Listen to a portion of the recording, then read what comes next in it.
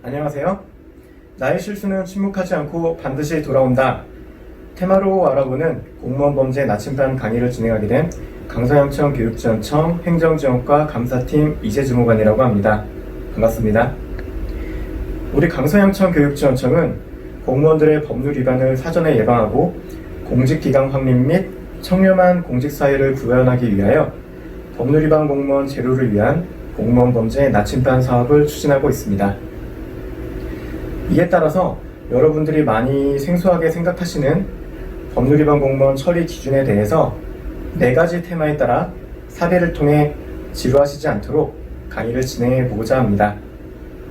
1편의 테마는 법률 위반 공무원 처리 기준에 대해 종합적으로 다루는 종합편이고 2편은 교통사고 및 음주운전, 3편은 성관련 비위, 4편은 기타 범죄 및 청탁금지법으로 이루어져 있습니다.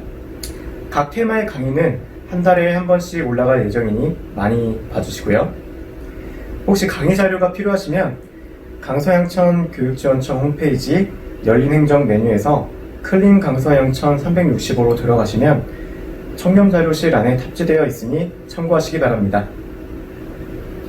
법률위반 공무원 처리 담당자로서 여러분들이 이 강의를 통해 법률위반 공무원 처리 기준, 과정에 대해서 조금이라도 익숙해지시고 지금도 잘해주고 계시지만 공무원 범죄에 대해 좀 더 경각심을 가지셔서 불미스러운 일로 인해 불이익을 받는 일이 없어졌으면 하는 바람을 가지고 있습니다. 그럼 나의 실수는 침묵하지 않고 반드시 돌아온다.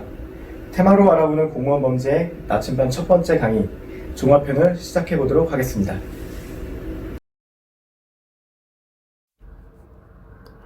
진행 목차를 말씀드리면 법률위반 공무원 관련 주요 법률 및 지침을 알아보고 이후에 공무원 범죄에 대한 개념을 살펴보겠습니다.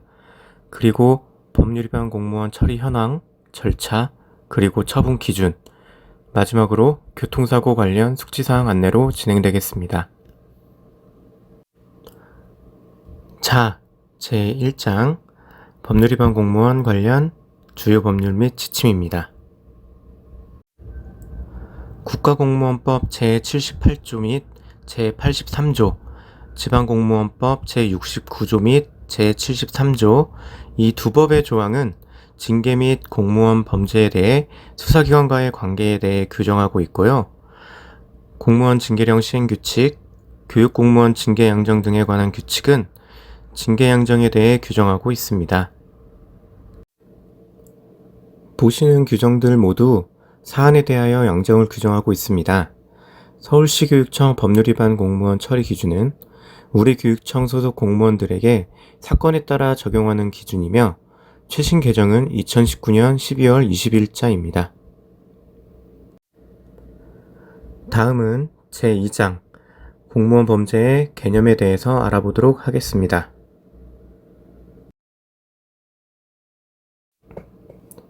공무원 범죄는 크게 직무와 관련한 범죄와 직무와 관련 없는 범죄로 나눌 수 있습니다. 공무원의 신분을 가진 사람이 저지른 범죄는 직무 관련성의 여부와 상관없이 처벌을 받을 수 있습니다. 공무원이 범죄를 저지르면 수사기관에 의해 형사벌을 받고 그와 별도로 징계 사유가 인정되면 징계 기준에 따라 징계벌, 즉 행정벌이 병과가 됩니다. 이는 처분된 사건은 다시 처분할 수 없다는 일사부재리의 원칙에 저촉되지 않을까 하는 의문이 들 수 있는데요. 형사벌과 행정벌 사이에는 일사부재리의 원칙이 적용되지 않습니다. 징계벌과 형사벌은 표와 같이 구분이 됩니다. 징계벌은 공무원 근무 관계에서 사용자로서의 권한이고 공무원 관계의 질서 유지를 목적으로 하며 신분적 이익만을 박탈하고 공무원법상의 의무 위반을 대상으로 합니다.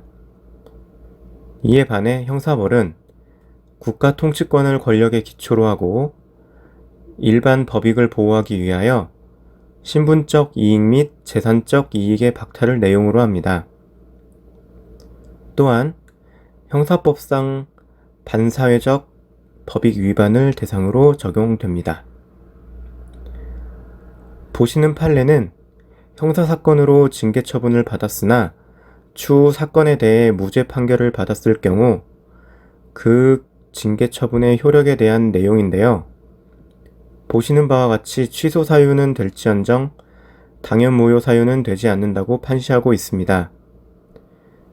다음은 벌금 이하의 형을 받거나 무죄 판결을 받았다고 하더라도 비이행위가 징계 사유에 해당한다면 징계 절차를 취할 수 있다는 판례입니다. 다음은 공무원에게 징계 사유가 인정된다면 형사사건이 아직 유죄로 인정되지 않거나 아직 수사 중이라고 하더라도 징계 처분을 할 수 있다는 판례입니다. 이와 같이 판례는 징계벌과 형사벌은 일사부재리의 원칙이 적용되지 않고 벌의 병가가 가능하다고 명시하고 있습니다. 그럼 제3장 법률위반 공무원 처리 현황을 알아보도록 하겠습니다. 보시는 통계는 수사기관으로부터 처분 통보되어 법률위반 공무원 처리된 것으로 징계 처리 및 무혐의 등으로 내부 종결된 건 등을 모두 포함하고 있습니다. 이 중 가장 많은 비율을 차지하는 것은 교통사고로 39.2%를 차지하고 있습니다. 그 다음으로는 절도 및 폭행이 13.7%, 그 뒤로 성비위 및 아동학대가 9.8%, 나머지 37.3%는 기타 비위 유형으로 사기, 모욕, 명예훼손 등 총 16가지의 범죄로 접수 처리가 되었습니다. 절도 폭행의 경우는 주취 상태에서 이루어진 경우가 많았고, 성비위 및 아동학대는 당시 스쿨미투 이슈도 있었고 사회적으로 성인지 감수성이 높아진 것을 이유로 생각할 수 있겠습니다. 이 통계에서의 시사점은 공무원의 교통사고도 법률위반 공무원으로 처리된다는 것입니다.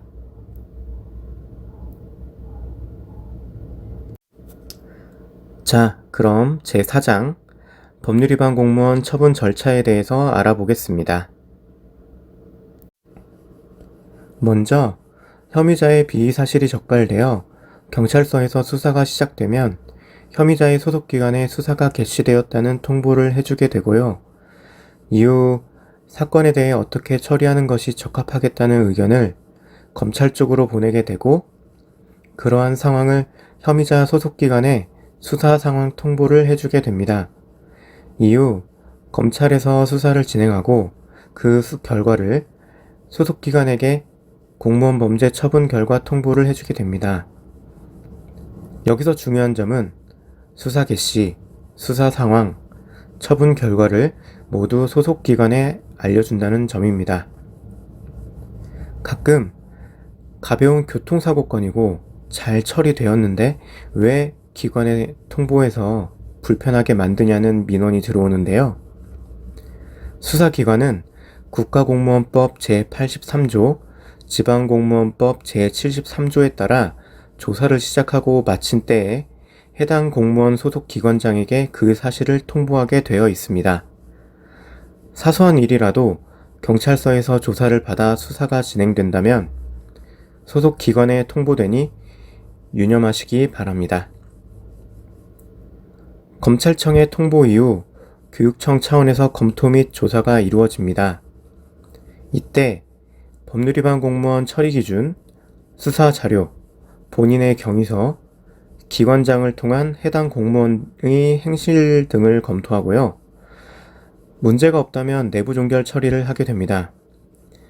하지만 징계 사유가 있다면 법률위반 공무원 처리 기준 등에 따라 징계 의결 요구를 하게 되고, 징계위원회에서 징계 의결 이후 결과가 통보됩니다. 이에 따라 징계 처분이 이루어지고 그 결과에 따라 징계 혐의자 혹은 징계 의결 요구권자는 불복 절차를 진행할 수 있게 됩니다. 이처럼 큰 틀에서 알아보면 법률위반 공무원 처분은 이렇게 이루어지게 됩니다. 그럼 이제는 제5장 법률위반 공무원 처분 기준에 대해 알아보도록 하겠습니다.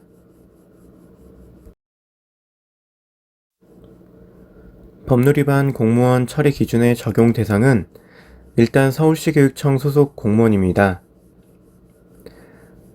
또한 서울시교육청 교육공무직원, 계약직 교직원, 사립학교 교직원은 준용하도록 합니다.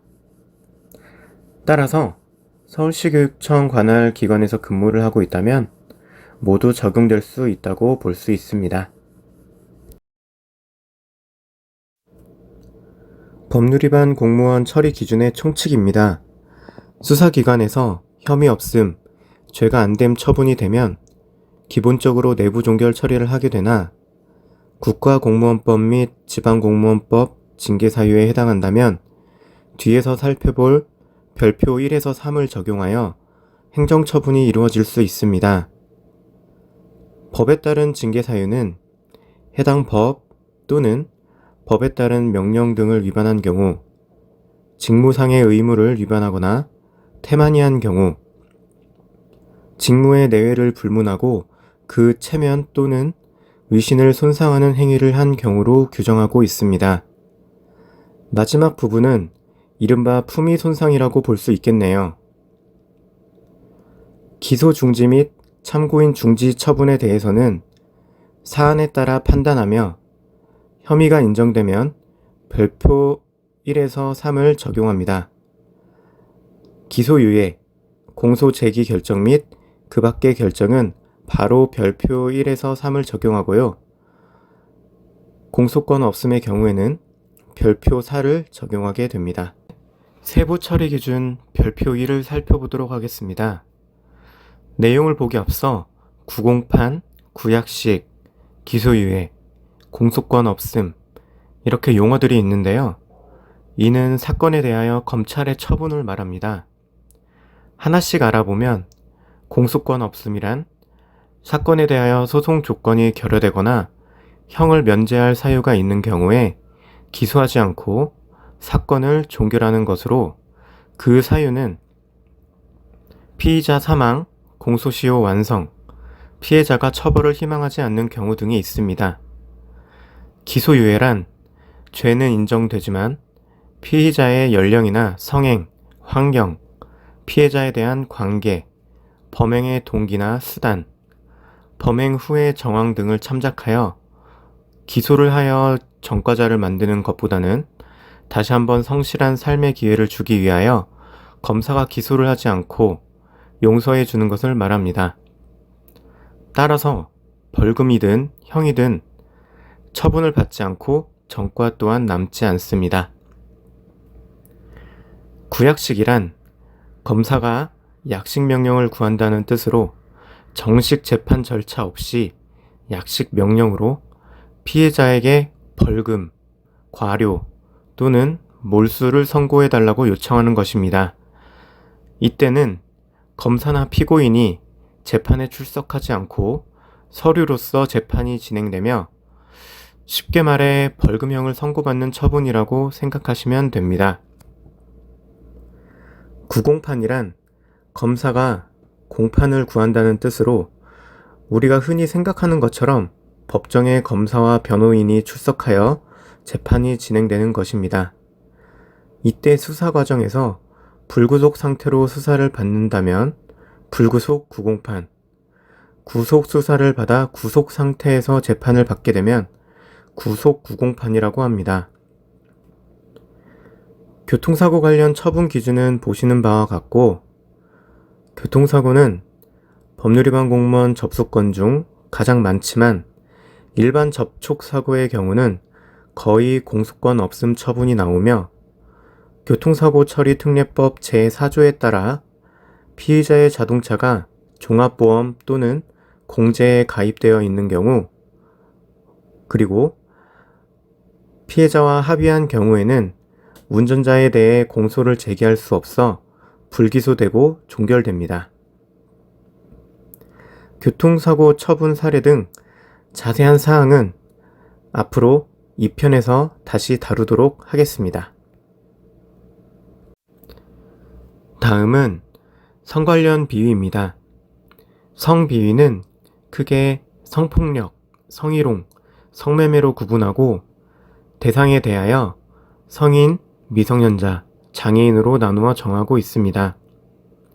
전반적으로 중징계 의결 요구 대상으로 규정하고 있으나 특이한 부분은 교육 공무원의 경우 학생을 가르치는 스승으로서 일반 사람들보다 더 높은 도덕성이 요구되기에 성인 대상의 성폭력, 미성년자 또는 장애인 대상의 성희롱, 성인 대상의 성매매는 중징계 의결 요구를 하도록 더 강화하여 규정하고 있습니다.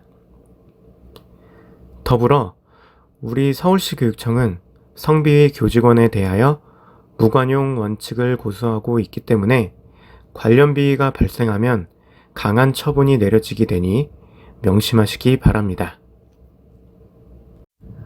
성비위 관련 처분 사례 등 자세한 사항은 앞으로 3편에서 다루도록 하겠습니다. 일반 범죄에는 폭력, 상해, 도박 외에도 전자상거래법 위반, 모욕, 정보통신법 위반 등 각종 범죄가 들어가게 됩니다. 그 아래 징계의 감경 제외 사유는 교육공무원 징계 양정 등에 관한 규칙과 지방공무원 징계 규칙을 따르는데요. 그 내용은 조금 다릅니다. 교육공무원의 경우 보시는 것처럼 생기부나 시험 문제 유출 등 학생에 대한 내용이 들어있고 지방공무원의 경우 행동강령이나 채용의 내용이 들어있습니다. 그 외에 성 관련 비위, 음주운전 등 사회적으로 지탄받는 범죄들이 공통적으로 들어가 있습니다. 금품 수수와 음주운전의 경우는 별도표의 기준을 가지고 있습니다. 금품 등 수수금지 위반 처리 기준입니다. 수수행위의 수동과 능동, 수수 금액은 100만원 기준으로 구분하지만 직무와 관련 여부와 상관없이 거의 중징계 의결 요구 대상이 됩니다. 이에 대한 자세한 사례와 내용은 4편에서 부정청탁 및 금품 등 수수의 금지에 관한 법률을 다루면서 말씀드리도록 하겠습니다. 음주운전 사건 처리 기준입니다. 도로교통법상 음주운전은 혈중 알코올 농도 0.03%부터 적발이 되는데 이는 맥주 한 잔으로도 적발이 되는 수치라고 하니 절대 음주운전을 하시면 안 됩니다. 처리 기준에는 혈중 알코올 농도가 0.08% 기준으로 나누어져 있지만 공무원의 음주운전은 큰 사회적 지탄을 받기 때문에 거의 중징계 의결 요구가 적용된다고 생각하시면 되겠습니다. 이 역시 음주운전에 대한 처리 기준인데요. 이처럼 음주운전으로 사고가 발생하면 중징계 의결 요구 대상이 됩니다. 수사기관의 공소권 없음 처분 시 처리 기준입니다. 공소권 없음은 앞서 말씀드린 것처럼 사건에 대하여 소송 조건이 결여되거나 형을 면제할 사유가 있는 경우에 검사가 기소하지 않고 사건을 종결하는 것입니다. 대표적으로 교통사고가 있습니다. 하지만 수사기관이 사건을 종결했다고 해서 행정처분이 이루어지지 않는 것은 아닙니다. 예를 들어 절도 사건이 있었습니다. 수사가 시작되었으나 피의자와 피해자가 서로 합의하였고 피해자도 처벌을 원하지 않아 피의자는 공소권 없음으로 처분을 받았습니다. 하지만 공직자로서 절도 사건은 품위 손상을 일으키는 행위이므로 징계 혹은 경고나 주의로 행정처분을 받을 수 있게 됩니다. 이는 비위의 정도 및 과실의 경중, 고의성 유무, 비위의 반복이나 민원 야기 등의 사안에 따라 결정하게 됩니다.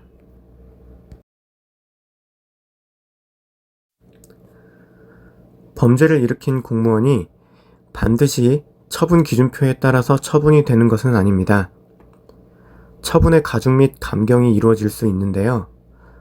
공무원이 범죄를 일으켜서 수사기관의 처분 결과를 통보받으면 해당 공무원의 비위의 동기, 정황, 고의 여부, 평소 품행, 공직 기여도 등 재반의 사정을 고려하여 가중 및 감경을 할 수 있습니다. 하지만 아무리 감경의 사유가 많더라도 2년 이내에 3회 이상의 비위를 일으키거나 1년 이내 동종의 비위를 다시 일으키면 가중처벌이 되니 유념하시기 바랍니다. 여기까지 법률위반 공무원 처리 기준의 별표 1에서 4까지 각종 상황 및 처분별 기준 등을 알아보았습니다. 마지막으로 법률위반 공무원 처분 접수가 가장 많이 이루어지는 교통사고 관련해서 기본적인 숙지사항을 말씀드리겠습니다. 교통사고에서 단순 접촉사고는 대부분 자동차 보험으로 처리되기 때문에 공소권 없음 처분으로 교육청에서는 내부 종결을 하게 됩니다. 하지만 교통사고 처리 특례법상 12대 중과실이라면 어떻게 될까요? 이 경우에는 거의 기소유예 이상의 처분이 내려집니다. 대부분 구략식 처분으로 벌금형을 받게 되고요. 이 경우 징계의결 요구 대상이 되기 때문에 주의해야 합니다. 그럼 12대 중과실에는 어떤 것들이 있는지 한번 알아보도록 하겠습니다. 교통사고 처리 특례법상 12대 중과실은 다음과 같습니다. 이 중에 가장 주의하셔야 할 부분은 신호위반, 횡단보도 보행자 보호 의무 위반, 즉 횡단보도에서 보행자와 충돌하는 경우지요.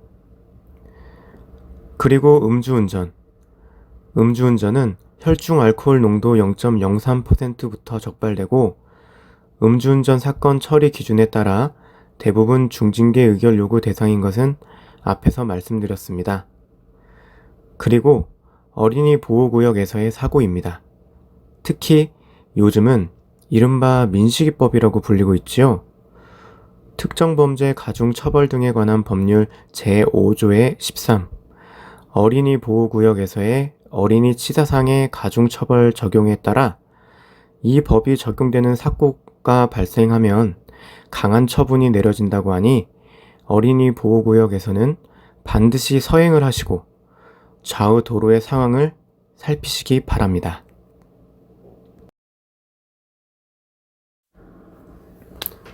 자, 여기까지 법률위반 공무원 처리 기준에 대해서 종합적으로 말씀드렸습니다.